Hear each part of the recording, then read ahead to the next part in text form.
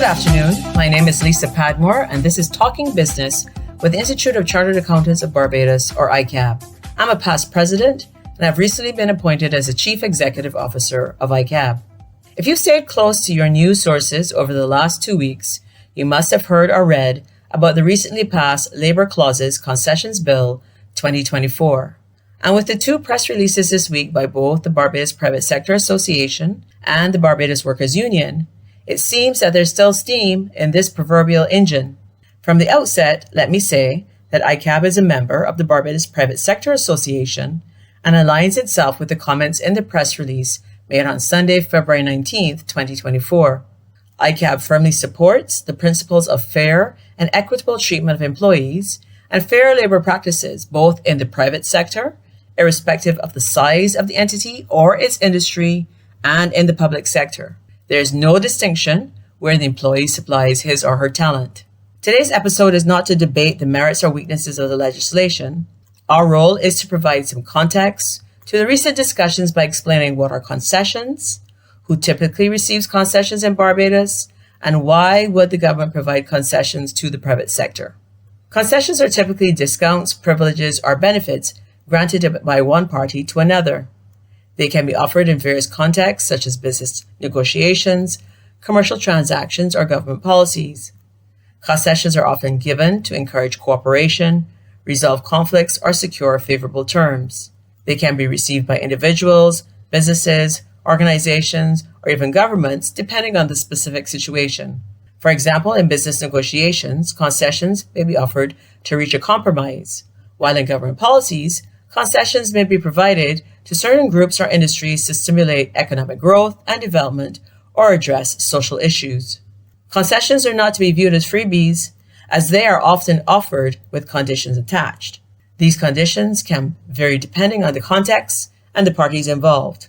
For example, in business negotiations, concessions may come with requirements such as meeting certain performance targets, signing a contract within a specific time frame, or agreeing to specific terms and conditions. Similarly, in government policies, concessions may be tied to compliance with regulations or adherence to certain standards. These stipulations help ensure that both parties fulfill their obligations and that the concessions serve their intended purposes. In Barbados, we typically see concessions being granted by the government to allow Barbadian companies to be more competitive with their counterparts in other countries. Manufacturing companies have been granted concessions such as tax holidays and duty-free waivers on the importation of machinery and equipment.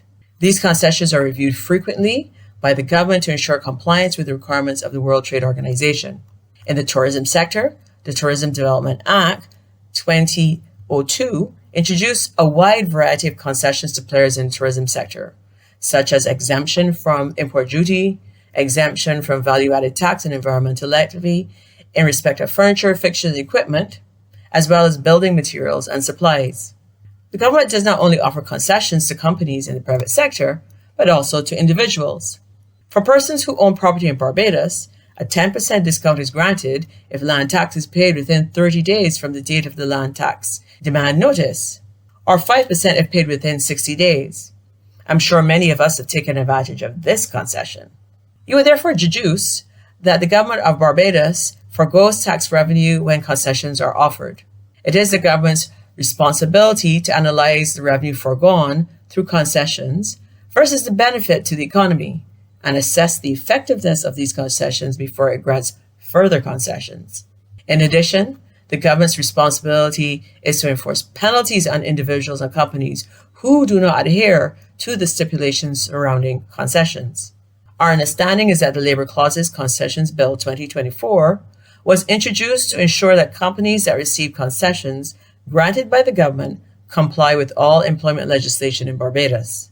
But there should be no distinction between companies and persons who receive concessions and those who do not.